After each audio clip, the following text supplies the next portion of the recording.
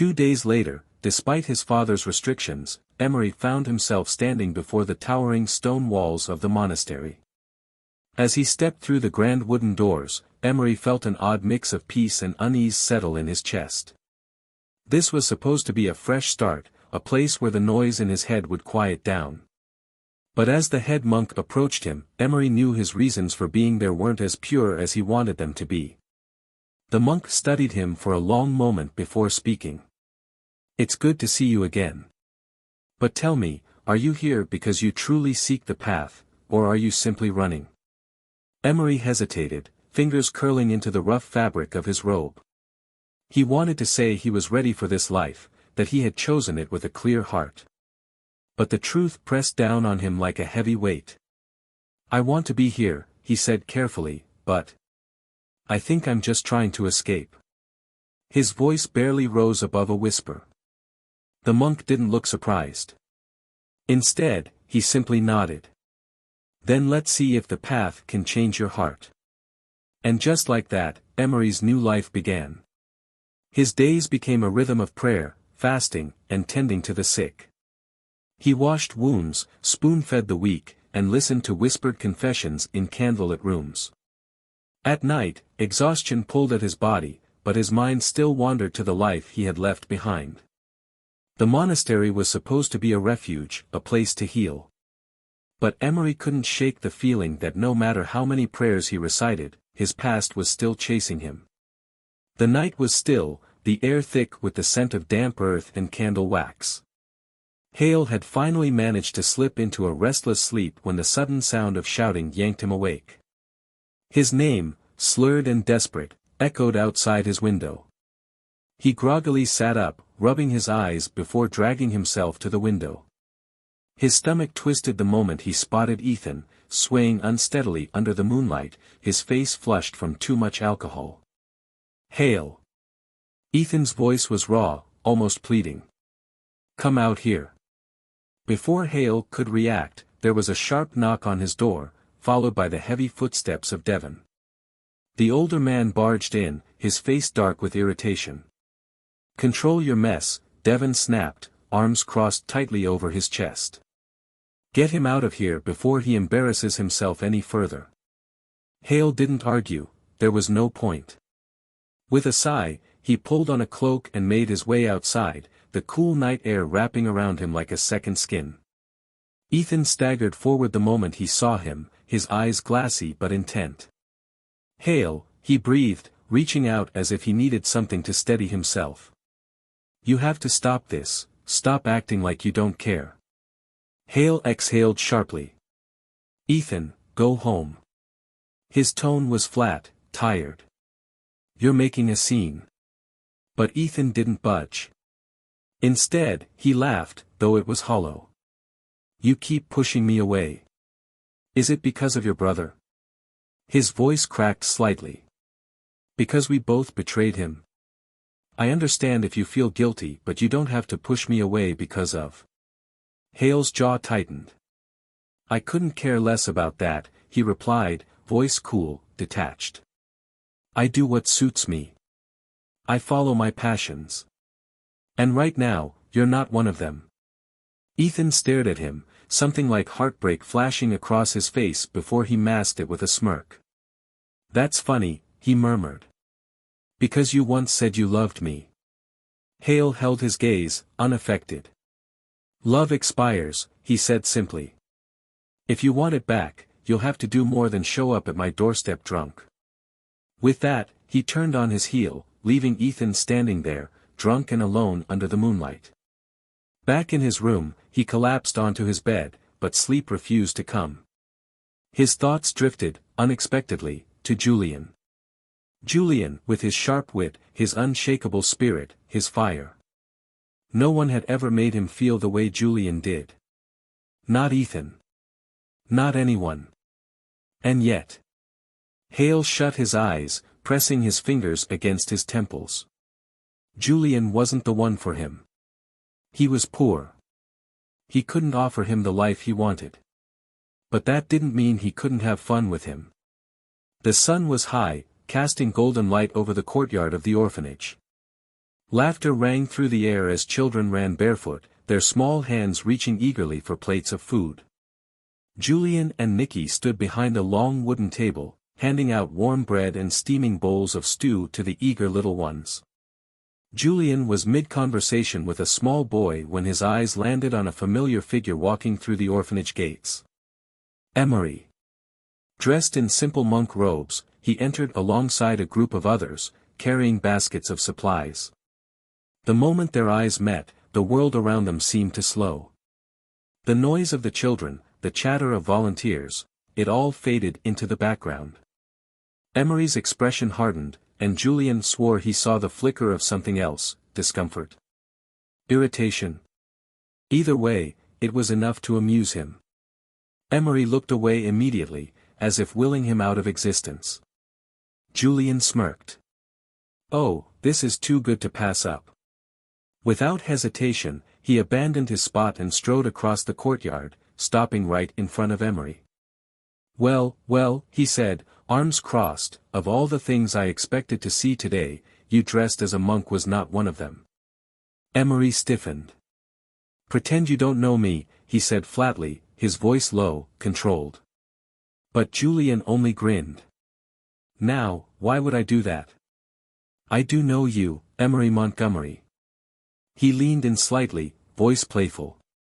Your family's quite popular. Emery blinked, caught off guard. You know my name?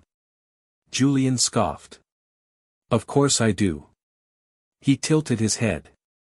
And I gotta say, I never imagined you like this. A man with so much fire, trying to smother it. His eyes flickered with curiosity. Why? Emery's jaw tightened. You wouldn't understand. Julian chuckled. Try me. Emery exhaled sharply, eyes narrowing. You expect me to believe that you came here out of the kindness of your heart? His lips curled into something almost amused. I don't trust you. You're like a savage, Julian. A man like you doesn't just wake up one day and decide to feed orphans. Julian's playful smirk faded. And what exactly do you think I'm doing here? Emery's gaze darkened. That's what I'd like to know. His voice dropped lower, more pointed. What are you doing with my brother?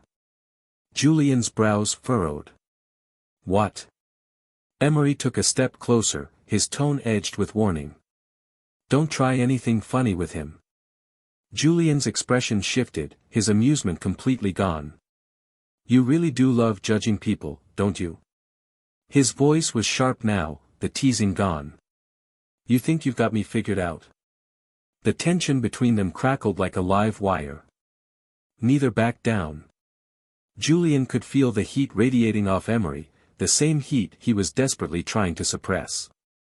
And damn it, that only made him want to push more, to see how long Emery could keep pretending. Then. Brother Emery, the head monk's calm voice cut through the air. Emery tensed, snapping out of whatever spell he had fallen under. Without another word, he turned on his heel and walked away, his steps quicker than necessary. Julian watched him go, something smug yet undeniably intrigued curling in his chest. Emery, on the other hand, barely heard a word as the head monk spoke to him. His heart was still pounding, his hands clammy. Why does that man get under my skin so easily? It was infuriating. Nicky found Julian leaning against the orphanage's wooden fence, arms crossed, lost in thought. The afternoon sun cast long shadows over the yard, where the last of the children played before supper. Julian's expression was unreadable, but there was something simmering just beneath the surface, something Nicky had started to notice every time Emery was around. All right, Nicky said, leaning beside him. What's the deal with you and that monk? Julian arched a brow. What monk? Nicky scoffed. You know exactly who I'm talking about.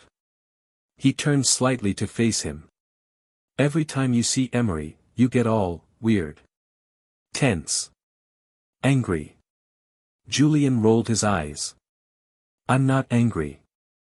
Nicky gave him a pointed look. With a sigh, Julian shrugged. Look, Emery's always been the same, annoying as hell. That guy has been getting under my skin since we were kids. Nikki's curiosity piqued. Since you were kids? Julian smirked slightly, gaze drifting to the distance as a memory surfaced. Yeah. I still remember this one time, we were, 8? Maybe 9. His voice softened as he recalled the moment. We got into some stupid argument over something trivial, I don't even remember what it was. Probably who was faster, or who was better at climbing trees. He chuckled at the thought. But neither of us wanted to back down, and it turned into this full-on bickering match. Nikki snorted. That sounds about right. Julian shook his head, amused. We were so stubborn that we didn't talk to each other for days. And you know who finally put an end to it? Nikki raised a brow. Who? My father, Richard. Julian's smirk deepened.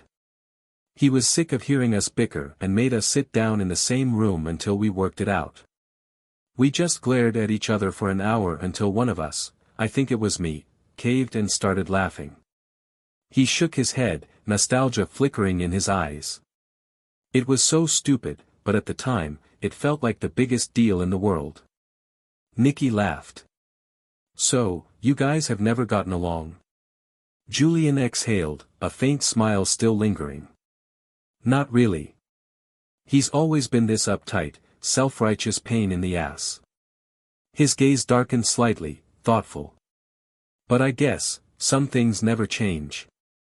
Nikki tilted his head. You sure it's just annoyance you feel? Julian shot him a look. What's that supposed to mean? Nikki simply smirked. Nothing, he said lightly. Just wondering. Julian shook his head, but as he turned his gaze back toward the orphanage, the memory of Emery, young and defiant, just as he was now, stayed with him. The monastery was silent in the early evening, the scent of burning incense lingering in the cool air. Emery sat cross-legged in front of the head monk, hands resting on his knees, his gaze steady but guarded.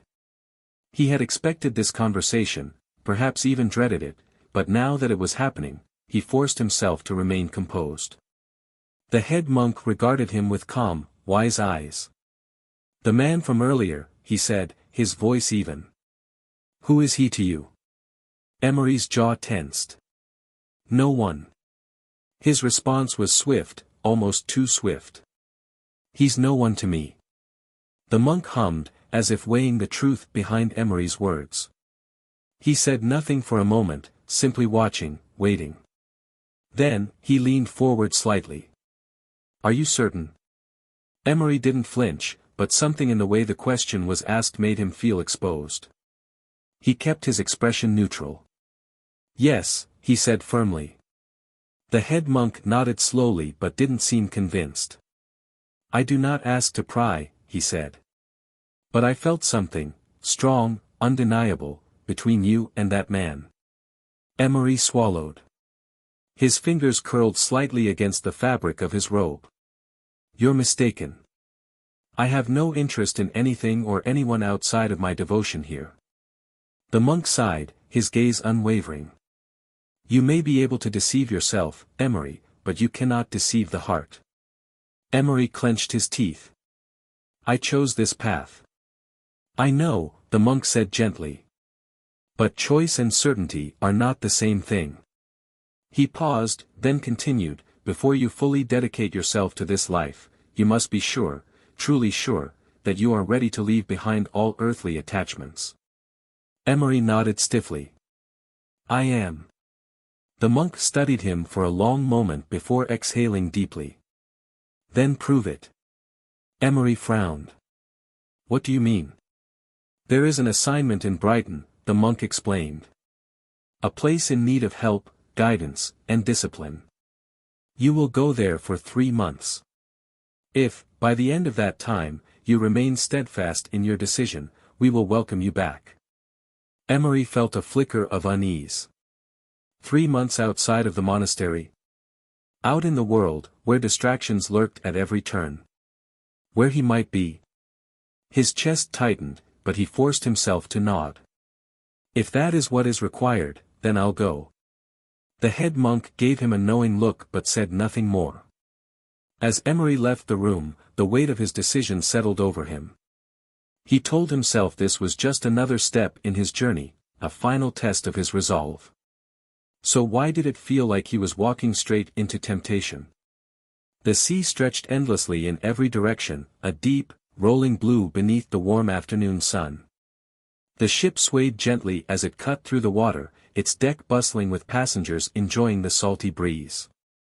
Hale reclined against the railing, arms stretched lazily as he let the sunlight warm his skin. The gentle rocking of the ship made him feel at ease, something he hadn't felt in a long time. A few steps away, Emery stood near the edge of the deck, his camera in hand. He adjusted the lens, capturing the way the sunlight glimmered over the waves, the ship's white sails billowing above him. It was a quiet moment, one he might have enjoyed, if not for the sudden interruption. "Hale!" The voice rang out, clear and familiar. Emery stiffened, his fingers pausing over the camera shutter. He knew that voice. Even before he turned his head, his body recognized it. Hale, on the other hand, perked up immediately, a grin spreading across his face as he turned toward the source. "Julian?" Hale called back, his excitement evident. And there he was, Julian, stepping onto the deck, his usual confident smirk in place, his sharp eyes scanning the space until they landed on Hale. Emery remained silent, gripping his camera a little tighter as he watched from where he stood. He knew he should look away, ignore the way Julian's presence sent a ripple through the air around him. But he didn't. Instead, he just stood there, watching. Thanks for watching. Do like and subscribe for more episodes.